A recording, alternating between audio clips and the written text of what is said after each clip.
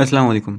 आज की इस वीडियो में हम सिनोनिम्स को देखेंगे जो एनईडी के पास्ट पेपर्स में आई हुई हैं या एनईडी के जो 2021 का टेस्ट हुआ था उसमें, और इस साल यानी 2022 का जो टेस्ट हुआ था अभी राउंड 1, उसमें जो जो हमारे पास सिनोनिम्स के वर्ड्स आए थे, जितने मेरे पास आए उसमें से मैंने इधर लिख दिए हैं, उसके मीनिंग्स भी लिख दिए हैं, उससे सिमिलर वर्ड्स जो आपके पास आ सकते हैं वो भी मैंने लिख दिए हैं।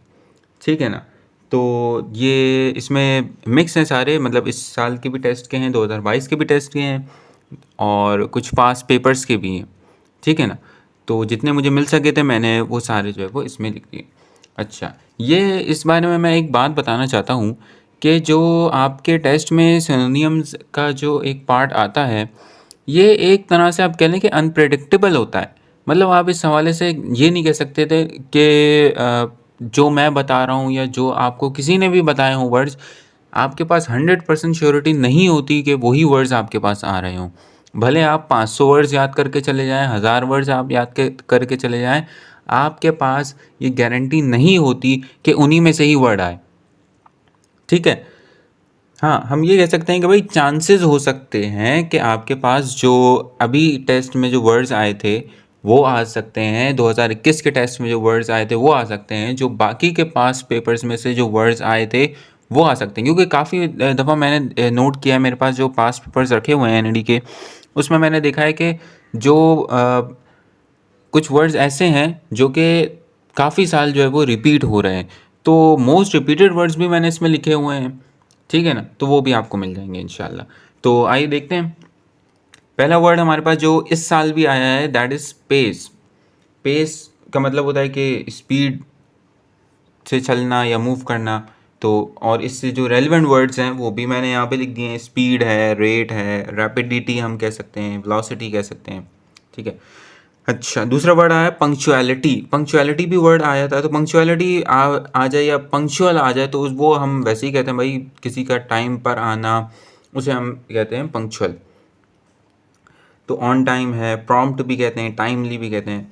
फिर डिटेरियोरेट, ये भी एक वर्ड आया था, यानी कि ख़राब हालत जिसे हम कहते हैं ना, उस कंडीशन को हम डिफ़ाइन करने के लिए हम डिटेरियोरेट का इस्तेमाल करते हैं। और इसके आपके पास मीनिंग डिक्लाइन भी आ सकता है, वर्सन भी आ सकता है, डीके, कोलैप्स, इस तरह से। परपेचुअल, परपेचुअल बहुत आता है, बहुत रिपीटेड है ये। परपेचुअल का मतलब होता है नेवर एंडिंग, या फिर इसके जो सिमिलर जो वर्ड्स आपको अगर दिखें, ये एवरलास्टिंग भी है, परमानेंट भी है, कांस्टेंट। अच्छा, फिर इस साल एक और वर्ड आया, एक इवैक्यूएशन। इवैक्यूएशन, इवैक्यूएशन का मतलब होता है एन एक्शन ऑफ रिमूवल, मतलब किसी भी चीज़ को रिमूव करना, इवैक्यूएट करना। ये आपने फिज़िक्स में भी ये टर्म सीखी समझी होगी, और केमिस्ट्री में भी आपने एक दो जगह पे ये चीज़ पढ़ी होगी। फिर एब्सर्ड, आपके पास एक वर्ड आया जिसे हम इलॉजिकल या इनएप्रोप्रिएट जिसका मतलब होता है। ठीक है ना। फिर प्लेंटीफुल, प्लेंटीफुल इस दफ़ा बहुत रिपीट हुआ है। प्लेंटीफुल जो है वो काफ़ी शिफ्ट्स में भी आया है ये वाला वर्ड, तो इसको भी आप देख लें, ये बहुत है। प्लेंटीफुल हम वैसे ही कहते हैं कि भाई कोई चीज़ अगर ज़्यादा उसमें हो। फिर ड्राउजी, ड्राउजी भी है। ड्राउजी का मतलब स्लीपी है, टायर्ड आप कह सकते हैं, एग्जॉस्टेड कह सकते हैं।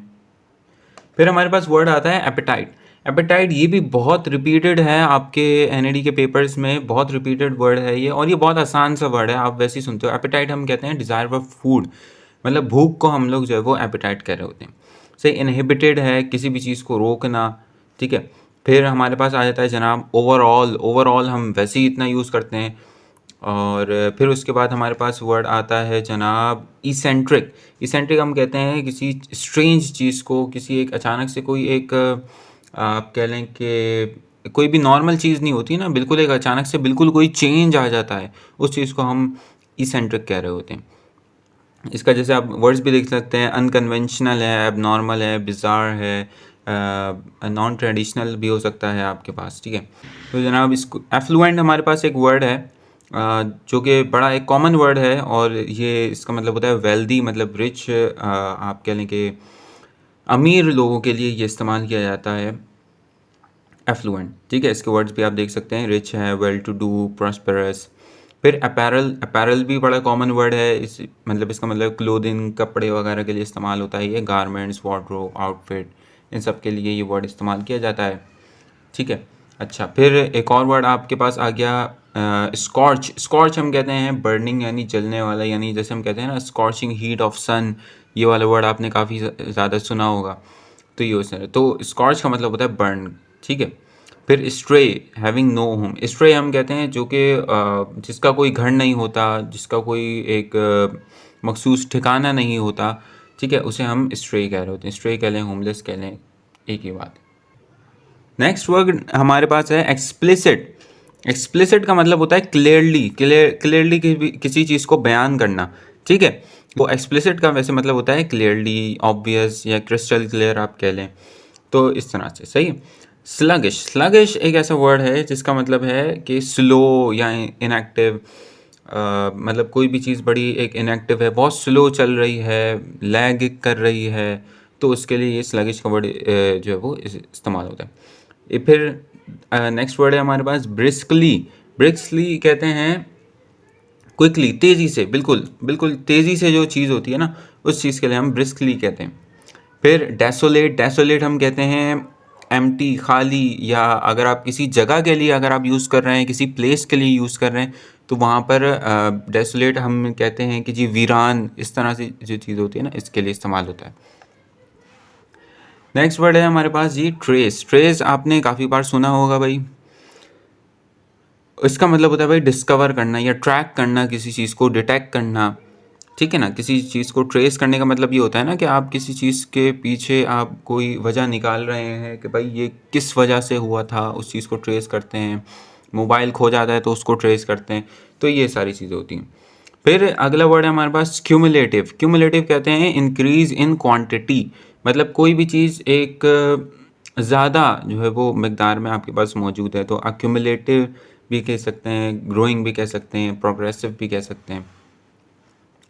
फिर हमारे पास है स्कार्सली हम कहते हैं कि भाई बहुत ही कोई चीज़ मुश्किल से जो होती है ना, बहुत ही कोई चीज़ मुश्किल से, भाई आपने बहुत ही मुश्किल से जो है वो किसी चीज़ को बर्दाश्त किया हो, बहुत ही मुश्किल से कोई आपने काम मुकम्मल किया हो, तो वो उसके लिए वहाँ पे जो है वो स्कार्सली का वर्ड इस्तेमाल होता है। फिर डिस्टेस्ट हम कहते हैं जब भी आपको कोई चीज़ पसंद नहीं होती ना, उसको कहते हैं डिस्टेस्ट। उसके लिए हम हेट का भी वर्ड इस्तेमाल करते हैं और डिटेस्ट का भी वर्ड इस्तेमाल करते हैं। ये बड़े कॉमन वर्ड्स हैं आपके पास जो कि इसके लिए इस्तेमाल किए जाते हैं। नेक्स्ट वर्ड हमारे पास है फ़ी बड़ा कॉमन सा वर्ड है यार, हमने बचपन से स्कूलों में, कॉलेजेस में, कोचिंग्स में, यूनिवर्सिटीज़ में, तो इसमें जो है ना फ़ी ज़ाहिर भरते हैं। तो फ़ी जो है वो एक ख़ास तरह की पेमेंट होती है। सही है। अच्छा, फ़ी सिर्फ वो पेमेंट नहीं होती जो कि आप उनको दे रहे हो। फ़ी वो लोग भी, जैसे किसी इंस्टीट्यूट को आप दे रहे हो, तो वही सिर्फ फ़ी नहीं कहलाएगी।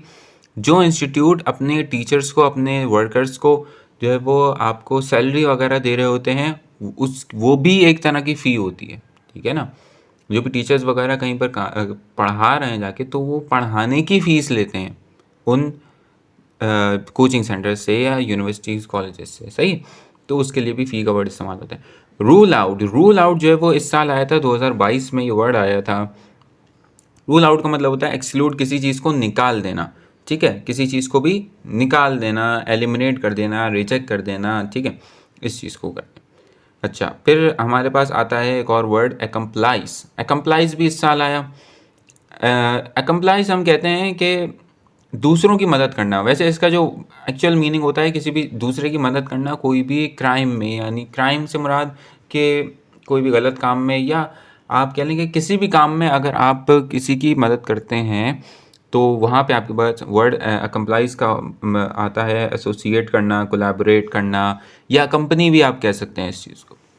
सही है। फिर हमारे पास आता है जनाब कंसील हम कहते हैं कीप आउट ऑफ साइट, यानी किसी चीज़ को छुपा देना, या कोई चीज़ आपकी नज़रों से गायब हो जाए, उसके लिए हम कंसील का वर्ड इस्तेमाल करते हैं। फिर आता है जनाब कन्फिस्केट। ये बड़ा रिपीटेड वर्ड है।